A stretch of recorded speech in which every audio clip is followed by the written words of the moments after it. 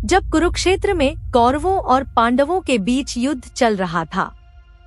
पितामह भीष्म कौरवों की ओर से युद्ध लड़ रहे थे, लेकिन कौरवों के सबसे बड़े भाई दुर्योधन को लगता था कि भीष्म पितामह पांडवों को नुकसान नहीं पहुंचाना चाहते हैं। दुर्योधन का मानना था कि पितामह भीष्म बहुत शक्तिशाली हैं और पांडवों को मारना उनके लिए बहुत आसान है। इसी सोच में डूबा दुर्योधन भीष्म पितामह के पास पहुंचा। दुर्योधन ने पितामह से कहा कि आप पांडवों को मारना नहीं चाहते, इसीलिए आप किसी शक्तिशाली हथियार का इस्तेमाल नहीं कर रहे हैं।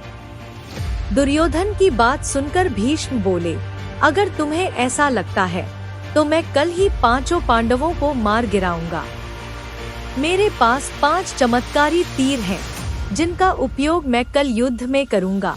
भीष्म पितामह की बात सुनकर दुर्योधन बोला, मुझे आप पर भरोसा नहीं है, इसलिए आप ये 5 चमत्कारी तीर मुझे दे दीजिए। मैं इन्हें अपने कमरे में सुरक्षित रखूंगा। भीष्म ने वो 5 तीर दुर्योधन को दे दिए।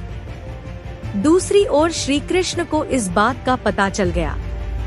उन्होंने अर्जुन को इस बात की जानकारी दी। अर्जुन यह सुनकर घबरा गया और सोचने लगा कि इस मुसीबत से कैसे बचा जाए। श्री कृष्ण ने अर्जुन को याद दिलाया कि एक बार तुमने दुर्योधन को गंधर्वों से बचाया था। तब दुर्योधन ने तुमसे कहा था कि इस एहसान के बदले तुम भविष्य में मुझसे कुछ भी मांग सकते हो। यह सही समय है, तुम दुर्योधन से वो 5 चमत्कारिक तीर मांग लाओ। इसी तरह तुम्हारी और तुम्हारे भाइयों की जान बच सकती है। अर्जुन को श्री कृष्ण की सलाह बिल्कुल सही लगी। उसे दुर्योधन का दिया वचन याद आ गया। ऐसा कहा जाता है कि उस समय सब अपने दिए गए वचन जरूर निभाते थे। वचन तोड़ना नियम के खिलाफ माना जाता था। अर्जुन ने जब दुर्योधन को उसका दिया वचन याद दिलाया और 5 तीर मांगे, तो दुर्योधन मना नहीं कर सका।